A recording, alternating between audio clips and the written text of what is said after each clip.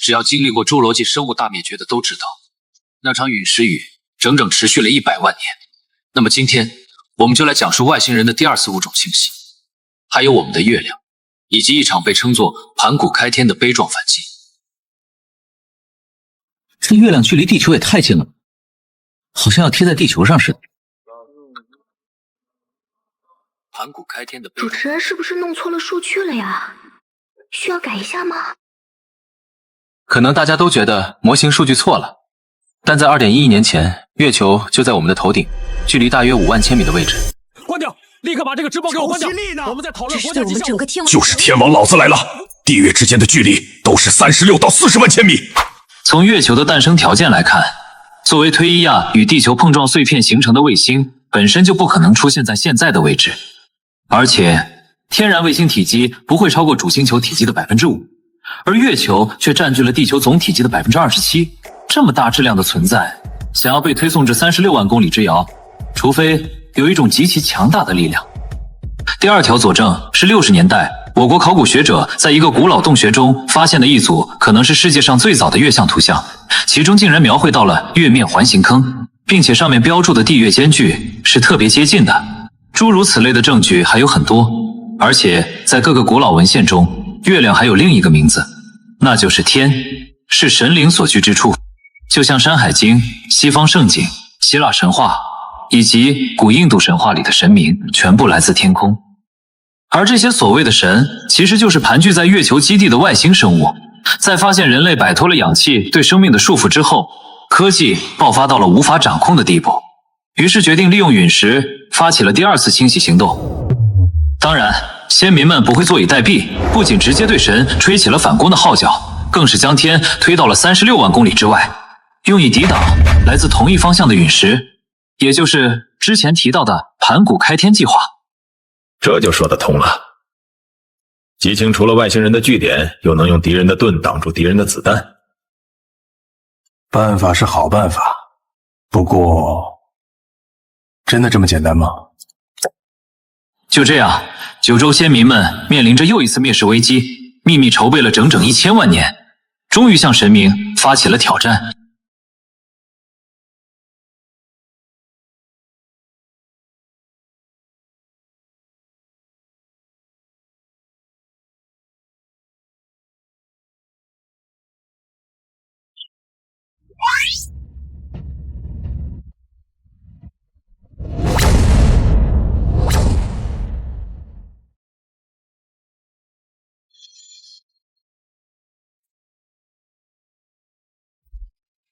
然而文明的差距不是光有勇气就能弥补的，即便只是一个外星人的观察站，也让几十亿先辈永远沉睡在了月球上。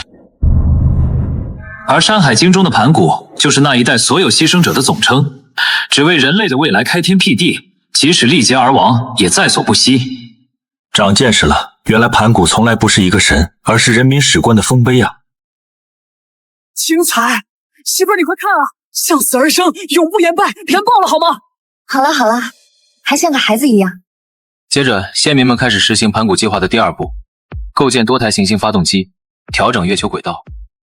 书中说，盘古每天变大9次，期间天地之间每天都会增加2丈的距离，历时108000年完成开天。因此，在这108000年中，每天推进装置都会启动9次，让月球远离地球2丈远。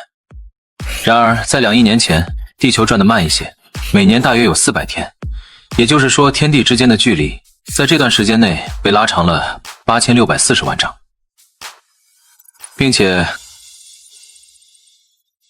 根据古代文献里记载，结绳记事的时候，1丈约等于 3.5 米。那么，大家可以试着算一下天地间的具体距离。但是30.24万千米，加上之前的起始距离5万千米，跟现在距离差不多呀。我勒个豆！盘古创世真不是传说，原来是远古先民的抗争史啊！啊，绝了！盘古创世后还没完，先民们还调整了月球的公转动量，使得它每年远离地球 3.8 厘米，避免未来的地球再次受到陨石撞击的威胁。那么，根据这个 3.8 厘米，再乘以2亿年，大约就能得出7600千米。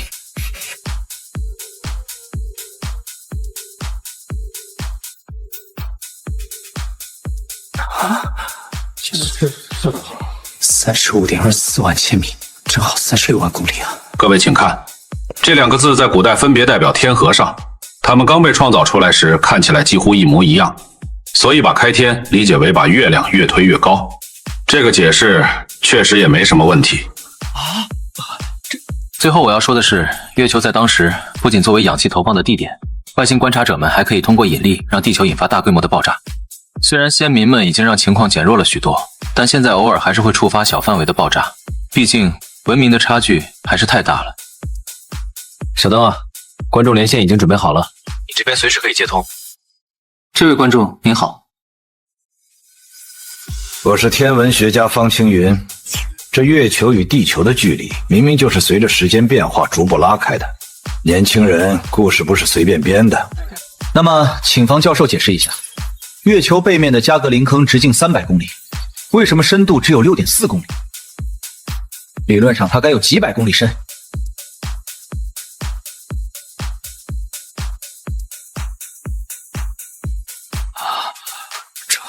除非月球地壳下有一层打不穿的金属外壳，并且当年宇航员带回来了380公斤月壤样品，里面含有大量的纯铁和纯钛。而月球作为一颗寒冷的死星，是谁把这些材料溶解提炼出来了呢？还有，为什么月亮和太阳看起来一样大呢？那是因为两者的距离和直径比完美锁定在了395倍。大家觉得没有意志进行干预的话，光靠自然界会有这种精度的巧合吗？最后一点是在1964年，月球9号飞船拍下的月背图像，从照片上看就像是一座造型奇异的城市，而这些遗址正是九州人抵御外星人的重要防线。之前就见过这些照片，难道地球真的被外星人控制过吗？已经没事了，主持人一定有办法的。请问您还有什么想说的吗？我没有了。刚才跟关台长打过招呼了，是不是快到咱们了？再等等。您好，这位观众有什么问题？你好，我是孙志清。邓老师，我们该怎么解决氧气实验的共振爆炸呢？总不能一直被外星文明卡着脖子啊！原来月球的影响这么大，连官方都开始关注了。连氧气实验都可能受到干扰吗？太吓人了。大家也不用害怕，办法已经有了。孙教授，等这次节目结束后，我会把反引力实验室的图纸发给您邮箱。小邓，你可别忘了啊，我等。小邓啊，那现在咱们和那个远古文明还有多大的差距啊？要想知道差距，就要掌握文明等级分类这项知识。精确的依据是其领土掌控程度及资源利用效率两方面考量的。就以咱们人类为例，尽管已经完成了探月，但地球文明的等级也仅仅只是 0.73 级，连1级文明的门槛都够不到。1级文明的标准是必须主宰母星，而我们只是寄居在地球表面的虫子而已。接下来聊聊2级文明，能够全面控制自己所在的星系，同时充分利用恒星系内所有的能量。这是先民们曾经达到过的高度，而《山海经》中的内容正好说明了这一点。无论是女娲补天计划、盘古开天计划，还是后面的大羿射日计划，当然今天就先不说了，我们接着讲文明等级的问题。日计划厉害了，我的古人，真敢对着太阳放箭啊！先民们到底是承受了多少的苦难，才保住地球这个家园的呀？下面要讲的3级文明就非常可怕了，他们掌控的恒星超过1000亿颗，可以说是整个银河系的主宰，而先民们对抗的就是这种神级对手。至于4级文明，就之后再讲吧。时间不早了，屏幕前的观众们也要早睡早起哦。我们下期再见吧。欢迎大家收看晚间新闻，我是主持人黎。什么破晚间新闻影响孩子学习？爸爸，那个哥哥说月球是外星。还是明天问问老师吧，地理问题也可以问地理老师哟。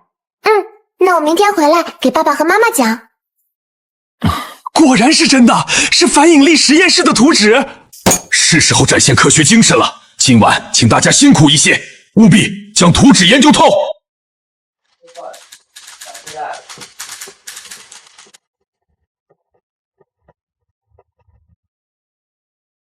恭喜宿主解锁时间加速室，开启古生物样本商城，当前加速值1:1000。太好了，科学研究最缺的不是知识，而是等待成果的时间。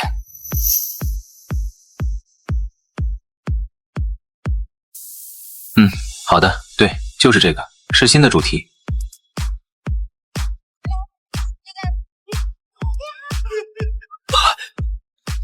锁定是电视台今晚8点的硬核科普直播，邓长江老师将在京都研究所进行演讲，主题是长生不老丹的秘密。我们已经到达京都研究所，后续将持续跟进邓老师的科普教学。请问月球真的是外星人的基地吗？老师，您上次说已经可以解决氧气共振爆炸的问题，相关的研究可以跟大家说说吗？记者朋友们，演讲马上要开始了，请各位有序落座。好，给老师。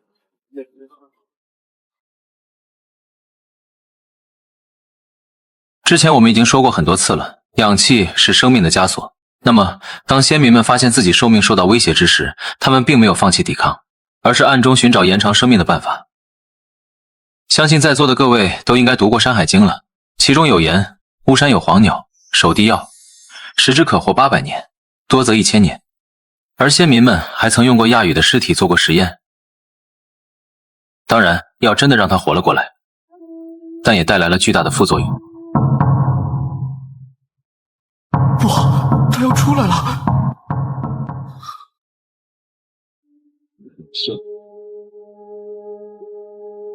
这次的实验事故应该算是地球有史以来第一次生化危机。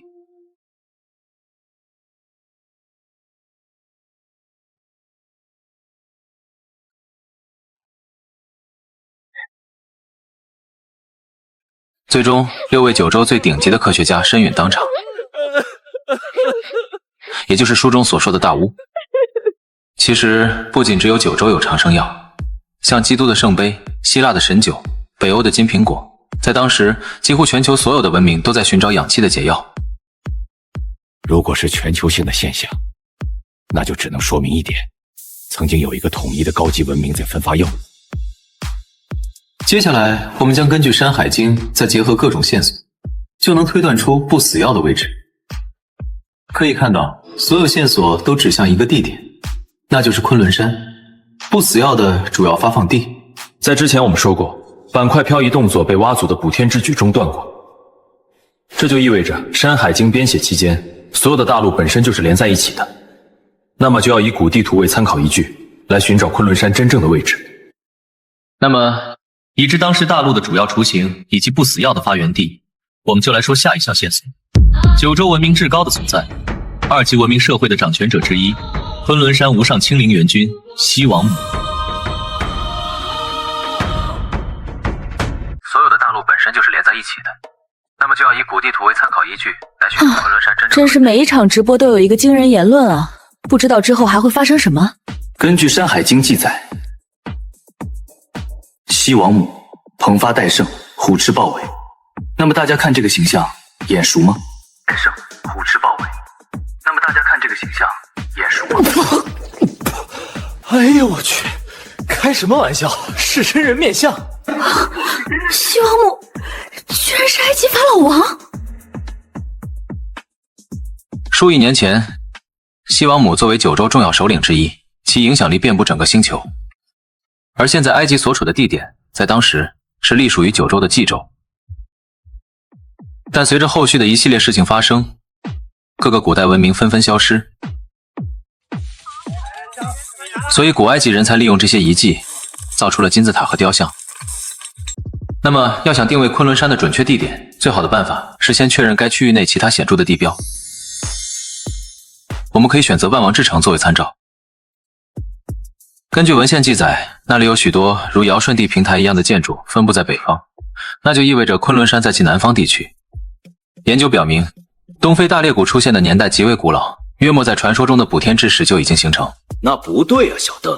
虽然书中写的断裂之风可以对应东非大裂谷，但那可是不周山的山脉啊，高达数十里的不周山去哪儿了？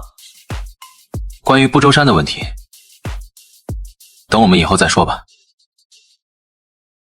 回到正题，现在我们基本可以确定，昆仑山的位置在东非大裂谷的东南方向，也就是非洲北部。而相传大禹曾在昆仑山之北诛杀象妖，他鲜血所洒之地寸草不生。从书中看，这里的描述就和撒哈拉沙漠十分的吻合，且此地经过专家分析，数亿年前并未如此干旱。我们接着来看《山海经》昆仑山的部分，说它处于西海之南，流沙之滨，赤水之后，黑水之前的地方称作昆仑之丘，而流沙边缘指的是远古时期的撒哈拉沙漠。洪水后方是指现在的红海，黑水的前面则是尼罗河。这条河据考察已经流淌了几亿年，曾在九州文明消逝后养育了许多其他文明。那么结合上述4个坐标，我们可以肯定地说，昆仑山就在这个地方。作为非洲最高的山，乞力马扎罗山是全世界最富有研究价值的地方之一，并且我有3条佐证可以证明乞力马扎罗山就是昆仑山。第一点，与书中昆仑山的高度吻合。第二点，如果将各大板块重组后，昆仑山与书中各地的距离也对得上。最后，在昆仑山上有瑶池供女神们游乐。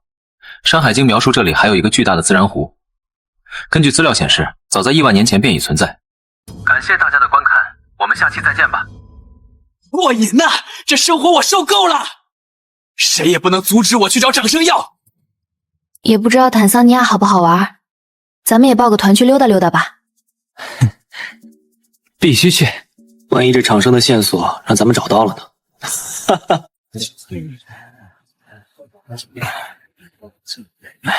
小灯啊，今天辛苦了。你说我们是不是要组织人去坦桑尼亚调查一下呢？需要，而且必须是专业的团队。那么好，小邓，今天就不留你吃宵夜了。老孙，一会儿咱们就开会，你带队怎么样？没问题，交给我吧。好。不是，至少给我叫辆车吧。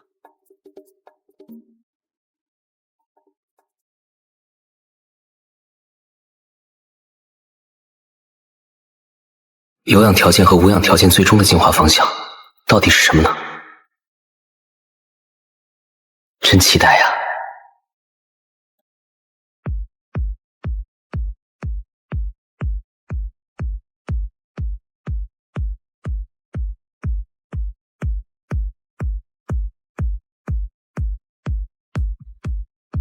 观众朋友们，晚上好！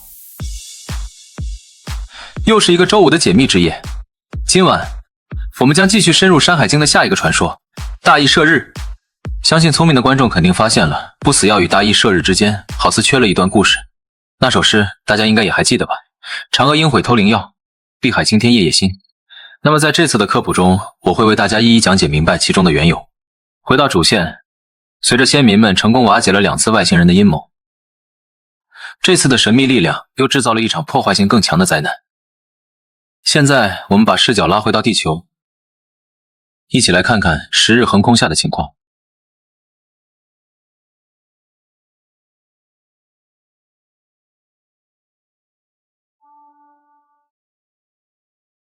妈妈，外星人怎么总欺负我们呀？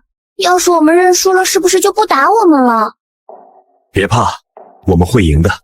而现代科学家曾对煤山剖面25层火山灰进行过分析，发现这场灾难始于 2.01941 亿年前，并持续到 2.01880 亿年前结束，整整6万年的时间。另外，经过测量，当时地球表面的温度从25摄氏度一路飙到了72摄氏度。这种环境下，10个小时就是生物生存的极限了。我之前了解过这段历史，但也一直没找到温度剧增的源头。谁能想到是多出来9个太阳呢？原来如此，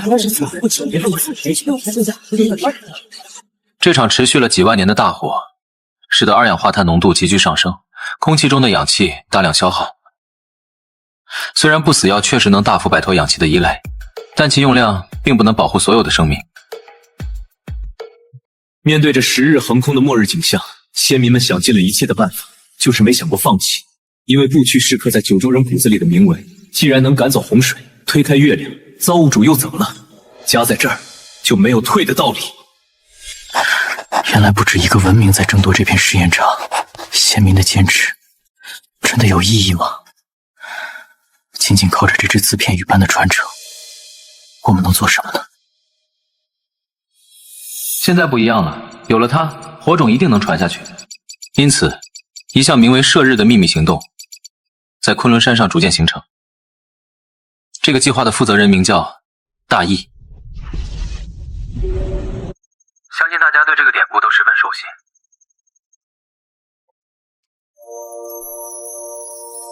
远古的先民们，请好好休息吧，这次该我们了。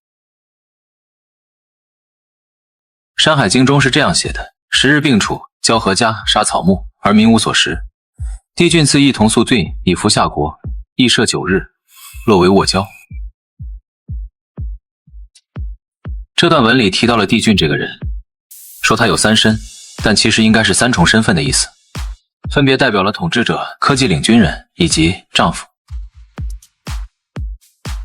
而帝俊作为九州文明时期的高级领导人之一，统治着半数以上的地区，甚至包括大义的领地。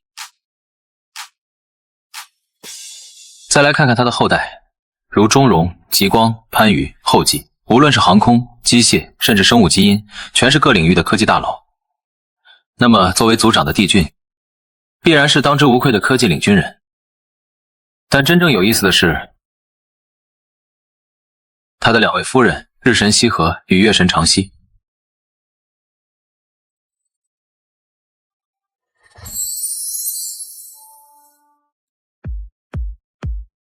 头领，我们应该怎么办？射日计划照常进行，让他们尽情的跳。解决了太阳，就到他们了。从这里看，显然当时的文明被渗透的不轻，就连帝俊的2位妻子都是内鬼。原文中说太阳只听羲和的话，而帝俊却给大义弓箭射杀自己的儿女，事情怎么说都透露着不合理，但至少确定帝俊的立场是坚定的。下面我们接着说大义射日的事情。已知太阳属于气体行星，发光发热的原因在于持续发生的氢气聚合变为氦气，并释放大量能量反应的过程，因此要想让它熄灭，铁元素就是它的克星。当核反应到达铁元素这一步时，确实无法再继续下去了。但是恒星的质量和体积太大了，少量的铁元素根本不足以使其熄灭。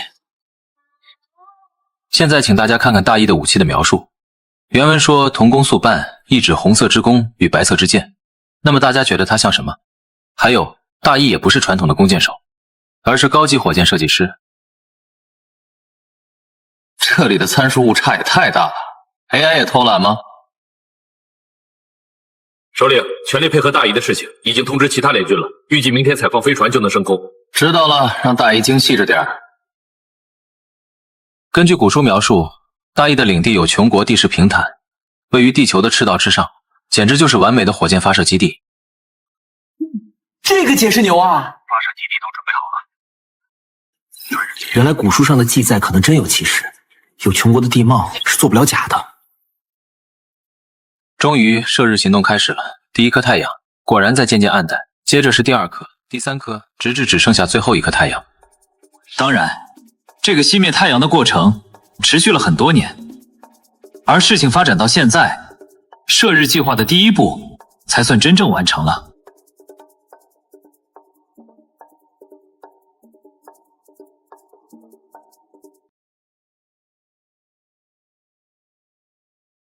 好小子，这么多年辛苦了，谢谢王母赐药方。你知道这个东西的重要性，一定要保管好它。接下来的事情，大家应该也猜得到了。作为诱饵的药方被嫦娥偷走，并选择了奔月。当然，回忆之前的剧情，我们知道这是人类高层的内鬼清除计划，但他为什么非要去月球呢？而这就要从《山海经》里找寻答案了。嫦娥奔月后化身为蟾蜍，成了月亮之精华。显然，嫦娥是被限制在了广寒宫，而和她一并落网的正是在幕后指使她的岳母长息。看这里，这是一张上个世纪登月的照片，在月球背面依稀还能看到城市的轮廓，那就是广寒宫的遗址。在当时，它应该是关押重犯的监狱。还有一点，其实在最早的《山海经》版本中，嫦娥的嫦并不是大家熟知的那个嫦字。这一点小邓说的没错，嫦娥和长息之间肯定是有关系的。随着嫦娥盗取长生药配方这件事的败露，很快就引起了主导者帝俊的注意，一场轰轰烈烈的杀妻行动就此展开了。出发！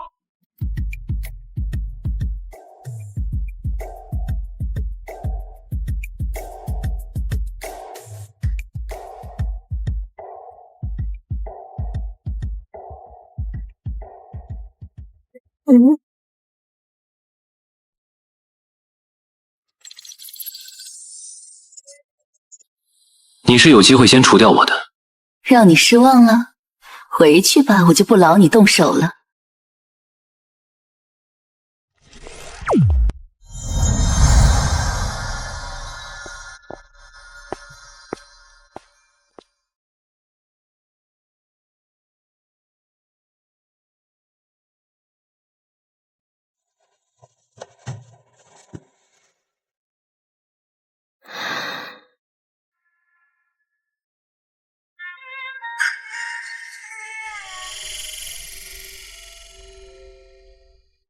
首领，长鄂什么也没说，议院的裁决是终身监禁。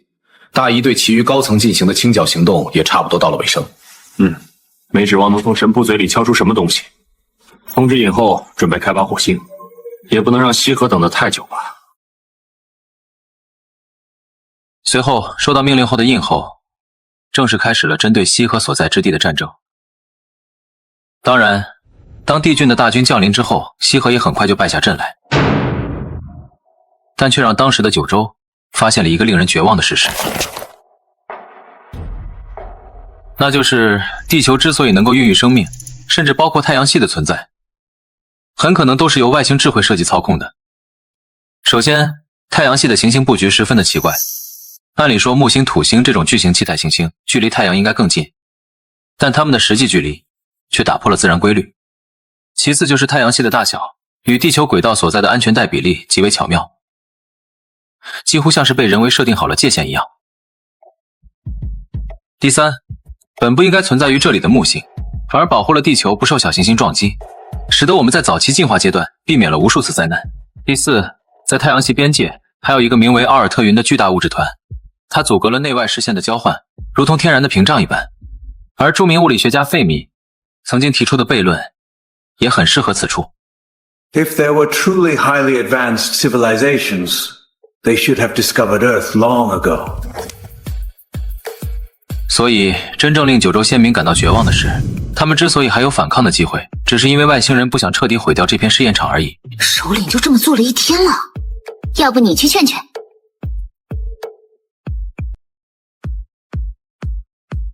关台长，事态热线要撑不住了。唉，收视率是上去了，我这职业生涯也基本到头了，把热线接进去吧。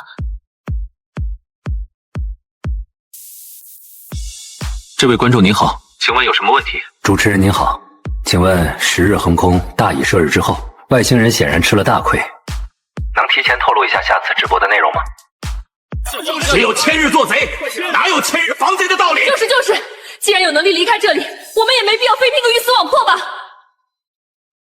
已经跟其余的几位首领商量过了，大家一致决定废除星际移民计划。